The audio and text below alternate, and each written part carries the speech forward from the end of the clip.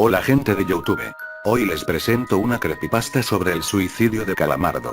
Esta es una versión mejorada de El suicidio de Calamardo. Bueno, comenzamos. En 2005 fui internista por un año en los estudios Nickelodeon para mi licenciatura en animación. No se me pagaba, por supuesto. La mayoría de las pasantías no son remuneradas. Pero sí tenía algunos beneficios más allá de la educación. Para los adultos quizá no sería la gran cosa, pero la mayoría de los jóvenes estábamos ilusionados con la oportunidad. Ahora bien, dado que trabajaba directamente con los editores y animadores, podía ver los episodios tiempo antes de que salieran al aire. Recientemente habían hecho la película de Bob Esponja y el personal se sentía, en cierta forma, drenado de creatividad, por lo que tomó un poco más el comenzar con la nueva temporada. Pero el retraso se prolongó debido a razones más inquietantes. Hubo un problema con la inauguración de la cuarta temporada que echó todo y a todos hacia atrás por varios meses. Yo y otros dos internistas estábamos en la sala de edición junto con los animadores principales y editores de sonido para la última versión del capítulo. Recibimos la copia que se suponía que sería miedo a una burger cangreburger y nos juntamos alrededor de la pantalla para ver. Puesto que aún no es el producto final, los animadores usualmente colocan una cinta de nombre sarcástica, algo así como una broma interna para nosotros, con títulos falsos y usualmente lascivos, por ejemplo, ¿cómo no es que funciona el sexo en lugar de una nana para un bivalvo cuando Bob y Patricio adoptaron a una vieira? Nada particularmente gracioso, pero risas laborales. Así que, cuando vimos el título El suicidio de Calamardo, no lo consideramos algo más que una broma mórbida. Uno de los internistas hizo una breve risa gutural ante ello. La despreocupada música introductoria inició el programa. La narrativa mostró primero a Calamardo practicando con su clarinete, tocando algunas notas desafinadas como acostumbra. Escuchamos a Bob riéndose desde afuera, y Calamardo se detiene, gritándole que haga silencio, pues debe practicar para el concierto al que asistirá esa noche. Bob contesta con un está bien y su historia continúa junto a Patricio yendo a visitar a Arenita. La pantalla de burbujas efervescentes hace una transición de escena y ahora vemos el final del concierto de Calamardo, y un cambio de tono.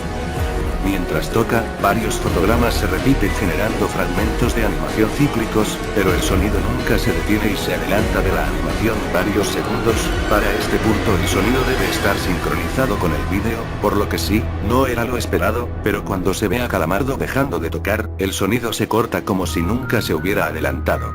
Hay un leve murmullo entre la multitud antes de que comiencen a abuchearlo a tal punto que llegas a oír la malicia en sus voces.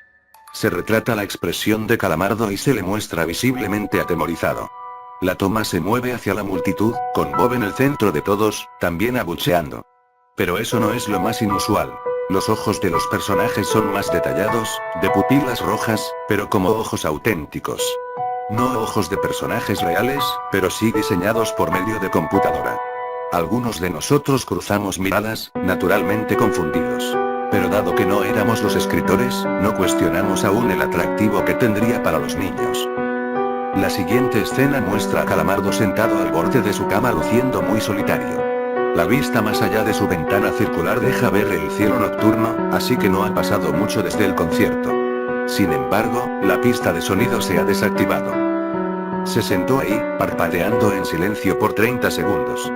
Puso sus manos, tentáculos, sobre sus ojos y gimoteó mudamente por un minuto más, todo mientras el sonido de fondo acrecentó de ser un acompañamiento silente a uno ligeramente audible. Se escuchaba como una brisa pacífica a través de un bosque. Sus sollozos se comenzaron a intensificar, ahora más penetrantes, mezclados con enojo. La pantalla parpadeó por un momento, para luego torcerse boca abajo y volver a su estado original.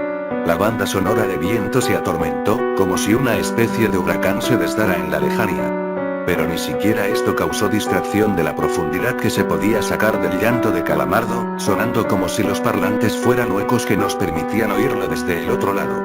Debajo de ambas vertientes de sonido podías oír, tímidamente, el eco de alguien riendo. Acontecía en intervalos aleatorios y nunca duraba más de 2 segundos, así que se nos hacía difícil distinguir su origen. Vimos este capítulo 2 veces. Discúlpenme si comienzo a sonar demasiado específico, pero tuve suficiente tiempo como para engomar cada detalle. Luego cabo de 30 segundos, la imagen se diluyó y se retorció violentamente en tanto algo parpadeaba por encima de la pantalla, como si un solo fotograma hubiera sido reemplazado. El editor de animación a cargo hizo pausa y rebobinó fotograma por fotograma. Lo que vimos fue ir a la imagen de un niño no mayor de 6 años. Su rostro estaba magullado y embarrado en sangre. Uno de sus ojos, el izquierdo, colgaba reventado fuera de su cabeza. Estaba desnudo, a excepción de su ropa interior, y su estómago había sido salvajemente agujerado, permitiéndole a sus órganos internos descansar en el suelo a su lado. Su cuerpo se ubicaba en pavimento. La parte que más me descolocó fue que podías distinguir la sombra del fotógrafo. No había nada que indicara que la fotografía se tomó a razón de una investigación criminalística, incluso el ángulo de la captura se desvió del que se utilizaría en una fotografía de evidencia. Te daba la impresión de que quien la tomó fue la persona detrás de la presunta muerte del niño. Por supuesto, todos sentíamos pesar incalculable, pero lo hicimos a un lado bajo la noción de que era una mera broma. La animación siguió mostrando inadvertidamente a Calamardo lamentándose con la mitad de su cuerpo siendo enfocado. Ahora se veía lo que parecía ser sangre deslizándose por sus ojos. Sangre computarizada que desentonaba ridículamente con la caricatura, ya que la dedicación puesta en ella te daba la idea de que podías retirarla de la pantalla si acercases tu dedo para tocarla. Al audio de ráfagas se adicionó el crujido de ramas, y la risa, de procedencia masculina, ahora se extendía por periodos de tiempo mayores y aparecía con mayor frecuencia. 20 segundos más tarde, la pantalla se distorsionó de nuevo para mostrar otra imagen escabullida entre los fotogramas. El editor se sentía inseguro de regresar, como todos nosotros, pero lo hizo por obligación. Esta vez, la escena era de una niña no mayor que el niño anterior.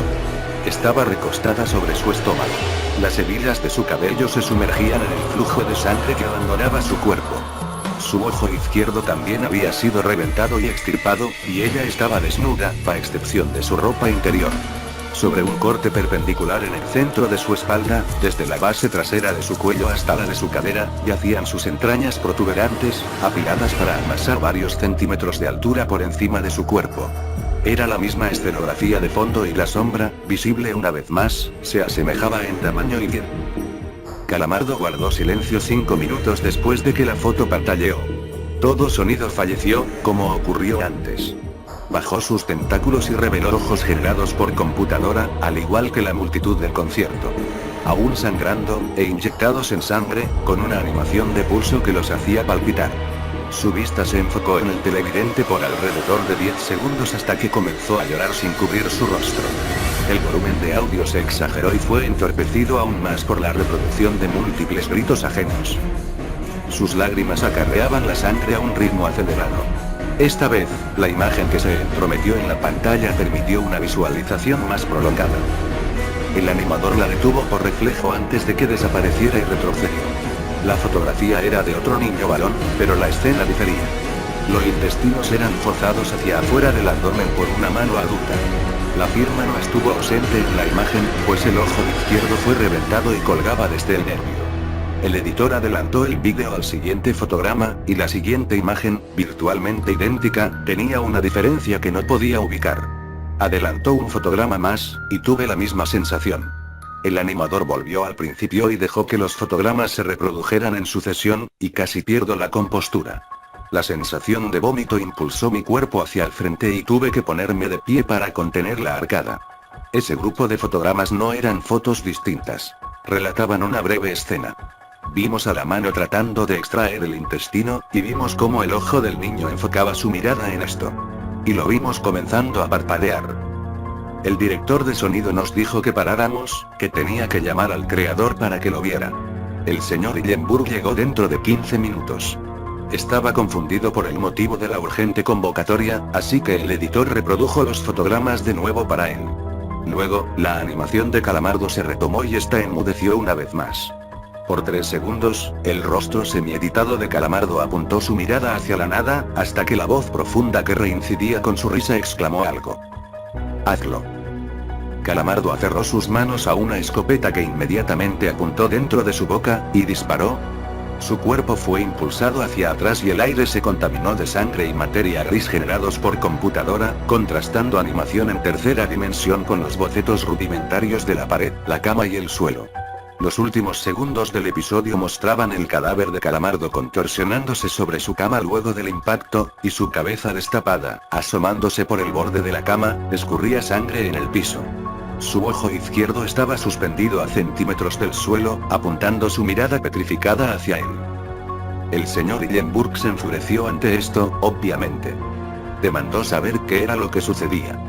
La mayoría de las personas habían abandonado la habitación para ese punto, así que solo era un puñado de nosotros quienes estaban con él. La única teoría que pudimos plantearnos fue que el archivo se editó por alguien dentro de la cadena del estudio de dibujo hasta aquí. Se llamó al director de tecnología para que lo analizara, y se mostró que, en efecto, el nuevo material se grabó por encima del original. Todo equipo de personal fue examinado en busca de software y hardware ajeno, pero todo estaba en orden. Debido a la naturaleza de las fotos, las autoridades decidieron conducir una investigación menor, pero nada resultó de ella. Ninguno de los niños fue identificado ni ninguna pista fue obtenida de las fotografías. No descubrimos qué pasó ni nadie más lo hizo, y, quienes recogimos la voluntad suficiente para ver la cinta desde su comienzo hasta su final, sabíamos que esperar cualquier otro desenlace habría sido ingenuo de nuestra parte. Bueno, espero que les haya gustado el vídeo, suscríbanse al canal. Denle like al vídeo, apoyen el canal que es nuevo y gracias por ver el vídeo. Gracias, gracias.